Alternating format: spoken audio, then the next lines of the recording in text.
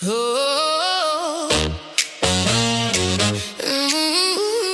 on the Indie Wave, we speak with Alisia Nicholas, who also records under the mononym Alisia. She's an American singer-songwriter of Irish and Filipino heritage, whose career is defined by a series of high-profile reinventions.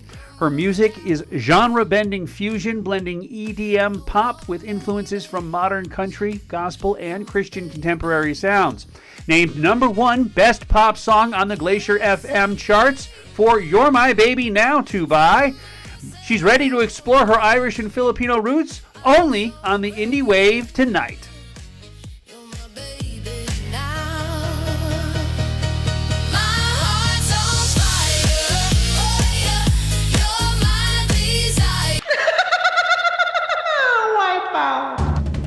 Welcome to the Indie Wave, a show where we peel back the layers of the music industry to reveal the core of the music we all love and appreciate. Coming from Klamath Falls, Oregon, we're working to show you the independent artists that are breaking the mold in music land and tearing up the interweb and charts to reach everyone in America. Welcome to the Indie Wave with your host, Christopher Jerman.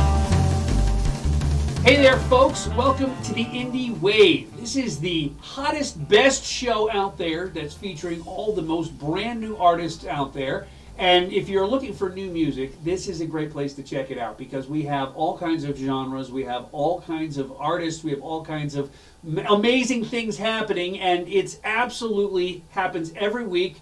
And we film it film it during the week actually, and then we get it to Friday, and that's when we air our episodes. But this is the best place to catch all of Glacier FM's new artists. This is the best place to catch any unsigned artists, and hopefully we'll get some signed artists eventually, but we haven't quite got caught up with that yet. But today we have a very, very special guest because she was named #1 on the Glacier FM's pop singles. So this is a great opportunity for us to work up on the list of the Glacier FM artists. So today we're going to feature Alisia. And Alisia Nicholas, who also records under the mononym Alisia, is an American singer-songwriter of Irish and Filipino heritage, whose career is defined by a series of high-profile reinventions. Her music is a genre-bending fusion, blending EDM pop with influencers from modern country, gospel, and Christian contemporary sounds. Named #1 Best Pop Song on the Glacier FM charts for You're My Baby Now to Buy. In 2025, Nicholas faced a severe health crisis that resulted in the loss of 20% of her lung capacity. But it's not slowed her down in the slightest, and it caused a little bit of trauma to her vocal cords, but the doctors suggested she might never sing again. That would be a horrible thing, wouldn't it? Well, however, she used a combination of medical specialization and sound restoration technology to rebuild her voice. Following this recovery, she experienced a period of massive creative output, writing and recording 93 original songs in just 6 months. This led to a historic run on the Groover global charts, where she held 7 out of the top 10 positions in a single week, a level of chart dominance rarely seen in independent music. Now, without further ado, please let me introduce you to Alisia. Tell me, Alisia, what prompted you to submit your music to Glacier FM, and what you rocketed up to the tops of the charts there? So, congratulations on that. Well, thank you. And as I said, I guess off camera, congratulations to Glacier for winning Best Internet Radio Station. That's a great achievement in itself. So why did I submit it to Glacier? I mean, I really didn't know what was going to happen. I started writing and recording, and I just, some of my friends and business partners said, these songs really resonate, and maybe some other people should hear it. And I'd been in the record industry before out in LA, and I submitted it to some curators and got a reaction. And so I'm like, okay, well, maybe this is a good direction that I'm going. Well, you come from Filipino roots and you come from Irish roots, and I was just talking to you about this, and apparently, talk to me about your time in Ireland and how and you're about to go to the Philippines as well this year, yes? And that's the plan. Well, that sounds like so exciting to me because you're getting to touch base with all of your peoples. Yeah, yeah. I mean, my mom's from Ireland. She grew up there in Belfast and immigrated to the United States when she was 16 with her siblings. And my grandfather moved to the United States initially, working and saving money. And my father's from the Philippines, and they met here in the United States. So Uh-huh. it was, I think I had said earlier that kind of felt different that I was, a firstborn American. And I think living in a household where, I don't know, that I think all parents, regardless of where they come from, they make sacrifices for their children. But, seeing what my grandparents did on both sides and seeing how my mom moved from, I mean, she's Irish, she loves Ireland, stayed in Ireland, met or stayed in the United States and met my father and raising us.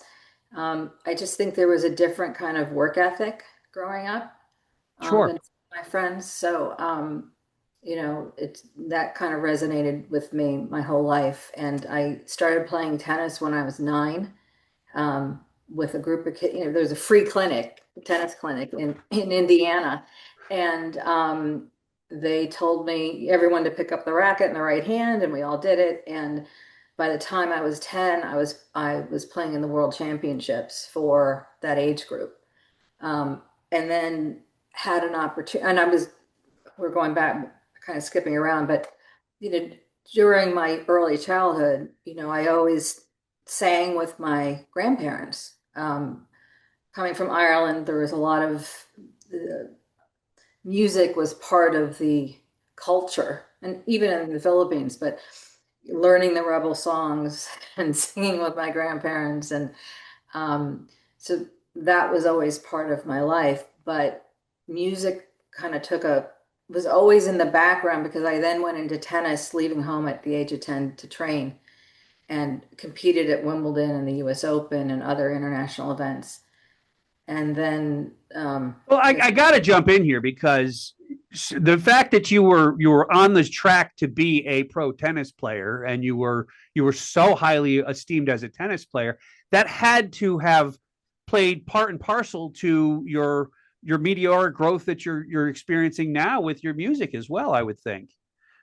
uh, I think, yeah, I think part of it is, I feel that a lot of the things I write about and sing about are about things that kind of touch me. Uh, whether and a lot of it's about being resilient and not giving up. And some of the songs were about tennis and things that happened when I played tennis. And things are, I think people sometimes think that you know, everyone sees the people, whether they're I don't know, they win the Super Bowl or they win a tennis championship or they're a great business person, whatever people, a great doctor, lawyer, they don't see the work that people do to become, you know, um, uh, the top of their field. Sure. And there's a lot of sacrifices that go into that. And there's a learning curve too. Everything's not straight up. There's loss and wins. And I had a lot of injuries because I overtrained. I'm a small, especially nowadays, but even back then, I was a small player. I'm only 5'2.5", and I trained. I mean, I was very fast, and I knew that that was a weapon that I had to, or I felt like I had to strengthen in order to keep up with the other taller girls. Uh-huh.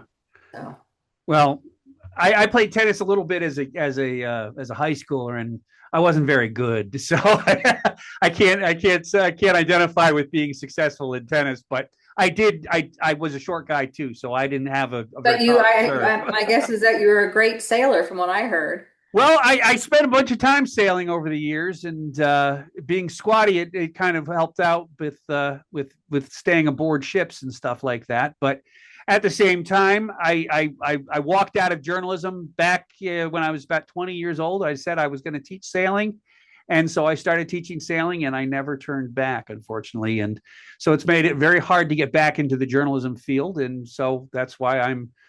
In fact, actually, I was hired back to journalism because of my indie wave, because I started this show and I was getting a lot of views. So it all worked out in the end, didn't it? Yeah, yeah. I think, things come full circle, you know, That's the things, way it works. That's the way it works. yeah.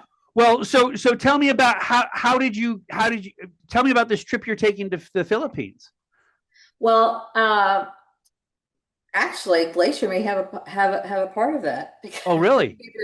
well, the Glacier had a listeners award contest or award. I was nominated for uh, best pop artist of the year and also best pop song of the year, and it was a great honor. And but I saw this, like, it's a listeners award. The listeners are voting, and I was on Instagram, which I just, I wasn't really into social media until about 6 months ago, where they said you have to do this. I'm like, okay. And I just put out the word that, I'm doing this, and the Filipino community came out and started voting. And the next thing you know, I get And a they propelled you message. to number one. Yeah, That's amazing. yeah. Well, it's funny enough. I've worked with a few Filipino people over the years, and they they seem to stick together. And they I mean, I've never worked with a bunch of Filipino people that didn't know to talk to each other and find camaraderie with each other. So the fact that you've touched into that network of people just shows that's the way to be. Well, it's funny because, growing up, I'm here in the U.S., and the Filipino community is very small, in terms of in the United States. There's pockets of the Filipino community, but it's funny when my cousins come over here and then we talk, and I didn't realize I picked up mannerisms as a Filipino. There are things that I do, like, oh, you are Filipino. I'm like, what do you mean? So that's kind of funny, but if I, even before all of this happened with music, anytime I'd hear the accent because of my father, and I'm, oh, are you Filipino? Filipina? Kumusta ka? And I don't speak Tagalog. I just know some phrases, but it was an automatic thing because it's like, hey, in the United States, there's not so many Filipinos compared to other communities. And so when you see somebody, you kind of recognize each other. And in a way, going through all this and getting the support of the people of the Philippines, there are certain characteristics that they love singing. Yeah. I always knew that, and dancing, but they, as a nation, as a people, they're very supportive of and wanting to see somebody succeed. Right now, there's a tennis player named Alisia, and I think she's about 20 years old, and they are just they're showing up for her at tournaments. They were in Dubai, and now she's going to be in California, but she's breaking the attendance of the Filipino community at these tennis tournaments is amazing. Well, I got to work with the lovely lady when I was up in Washington State, and she was part of the Filipino community up there, and she was always very nice to me, and she was always she just had this unsinkable spirit, and she was just so positive about life that I Yeah. was it was a fun she's just a fun person to work with. I enjoyed working with I think her. I think the attitude or the way they're brought up and they grew up, there's a lot of respect for elders. Family is very, very important. And I wrote a song called islands many, one heart, and it's really about the Philippines has thousands of islands, but I always felt that the personality of the Filipino people was one of the greatest natural resources, if you want to say, of the Philippines. The Filipino people are wonderful. Well, I will hope you have a grand time when you head out there, and I can only wish you the my best prayers for your return and to have the most wonderful time that you can have out there. But before I let you go, we're going to play a couple of tracks of your music as we end this episode, and I want to know if would you like me to play any particular tracks? I think the ones that resonate with you, that you think the listeners would like. It's funny. Most of the artists I ask that question to, they say, you pick your own music, because I love all my music. So I will do so. Thank you. Yeah.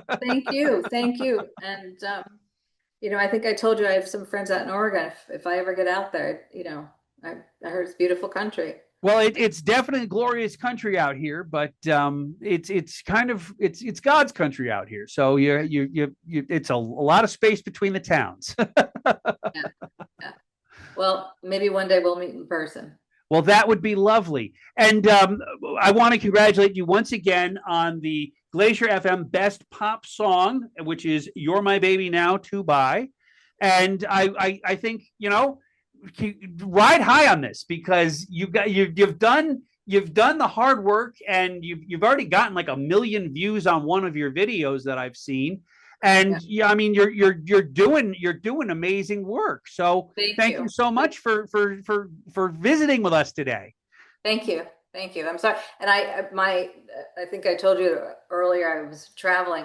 So if the way this is set up, your face is on one side of my screen, so I keep looking away from the camera. So I apologize. Well, that's not a problem at all, because it was such a pleasure visiting with you today, and thank you for being our weekly artist this week, because you came out of the woodwork to do this. Thank you so much for that. Oh. And hopefully we'll be able to cover a bunch more of the Glacier FM artists now that we've broken our proverbial, we started the faucet, so we'll see what happens. Yeah. Well, if you saw, I think there's one song that because you talked about the videos, and I don't know, it hasn't been out very long. "Never Stop Loving You." Okay. It's a nice. Well, it's for me, it's a very emotional song. But I think I downloaded that song actually. Yeah, that was one of the first ones I downloaded. So I will add that to the mix, and we'll play everything. And thank you so much for being here today. Thank you, and I hope your listeners like the music. Well, I think they will, because we'll find out, won't we? Okay. All right. And thank you for watching. We're going to take a quick break after this segment, and we're going to play a couple of tracks from Alisia, and then we'll do a little takeaway, and we'll call this an episode. But you guys, if you want to get involved in this, you got to call me up. You got to send me an email, info@thechartedlife. Klamath Falls is a lot of things to a lot of people, but the growing music industry in Klamath Falls is one thing that might surprise you. Thank goodness we have a music store on Main Street to meet the needs of musicians everywhere. A music store on Main Street specializes in services on stringed instruments and pianos. We have the largest selection of in-stock strings in Southern Oregon. Our family-run shop since 2011 has offered internet pricing with small-town service, including new large items like guitars, amps, electric pianos, effects pedals, and more.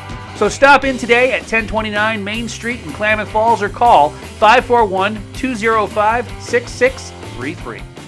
Upper Klamath Lake is home to so many species, but one of the most important to this place is the sacred chwam and koptu. These fish have fed the Klamath people for eons, and now it's looking like those fish may now finally go extinct. The Klamath tribes have declared an emergency about the declining numbers of fish who have just grown too old to keep going, and without young fish to reproduce, the older fish in this lake may be just the last. I aim to examine this story and tell why these fish are having such a tough time with low water levels and increasing pressure from agriculture and industry. And now the funding to help make this lake whole has dried up. and is not likely to come back in the near future. Now is the time to tell the story of the Klamath Basin and the Chwam and the Koptu.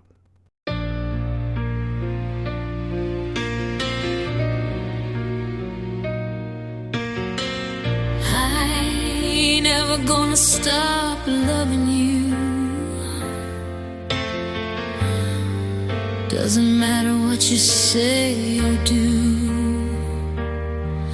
When the daylight fades and doubts come through, I still reach across the dark for you.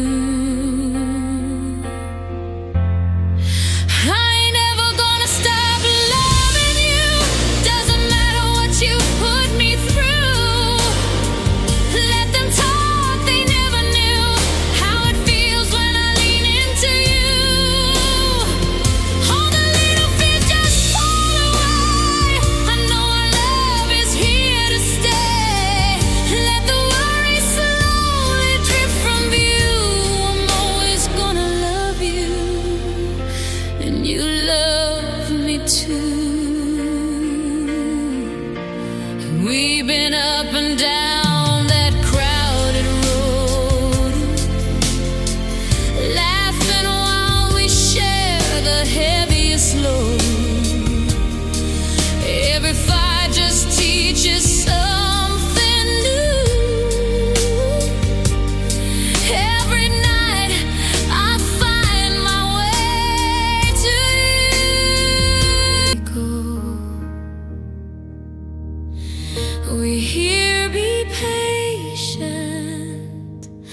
but until the end we'll never know.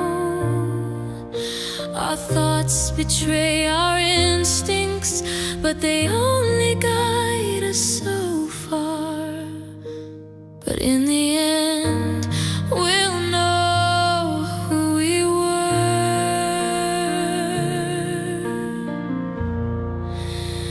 Wings of angels, we don't know where we go. We all wanna know. On the wings of angels.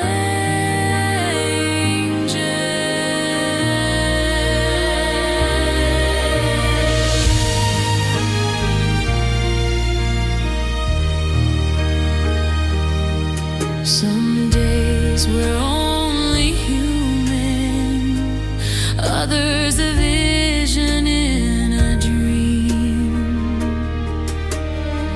When it comes to wisdom, that's a thing that's hard to see. God made us in His image, and He put us on this earth, and it's Him who tells us what.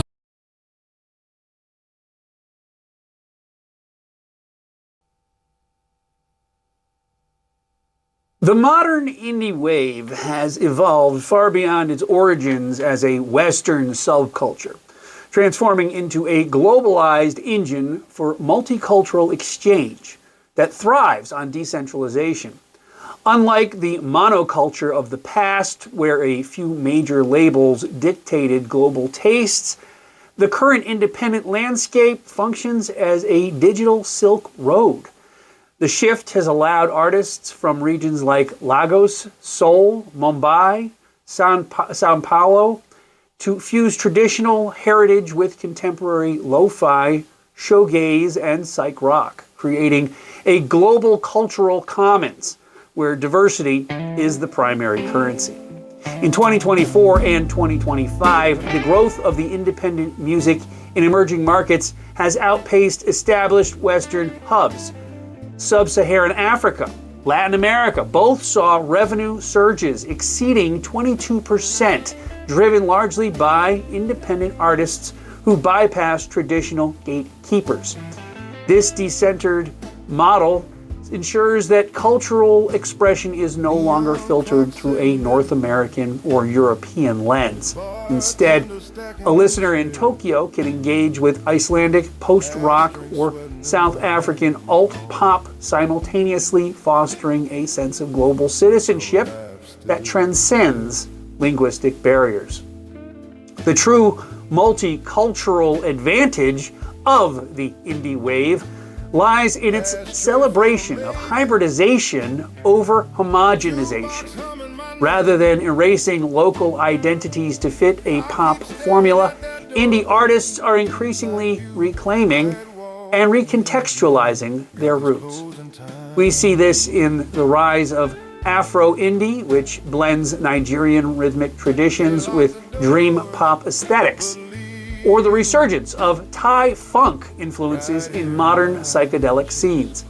This isn't mere appropriation, it is a collaborative dialogue where musicians use global tools to amplify local stories, addressing themes of diaspora, resistance, and identity that resonate with a worldwide audience. Beyond the art itself, the indie wave supports a diverse ecosystem of small-scale venues and independent labels that act as cultural cornerstones. In the United States alone, independent stages contributed over $153 billion to the economy in 2024, proving that niche, culturally specific music is a major driver of tourism and community engagement. By prioritizing authenticity over mass market appeal, the indie wave provides a platform for underrepresented voices, including indigenous artists and linguistic minorities, to build sustainable careers while maintaining their cultural integrity. The indie wave has shifted the industry's focus from finding the next big thing to fostering the next 1,000 small things, each bringing a unique cultural perspective to the global stage. And I want to thank Alisia for being here today, and I want to thank you for watching. And I want to make sure that you tune in each and every week. Hit that subscribe button so that you get notified when we've posted new content. And as always, do good, sail far, and have fun. I'm Christopher German, and I can't wait to see who's coming up the next weeks and the next months. And we're doing a very special run of shows that's going to happen here in Klamath Falls, which is going to be taking place at the Running Y, where we're going to have all kinds of country artists and various sundry music that's going to be coming out of the Running Y. So I'm very excited to do that as well. So I'm Christopher German for the Indie Wave, wishing you a blessed day, and we'll see you guys again next time. God bless, good night, and take care.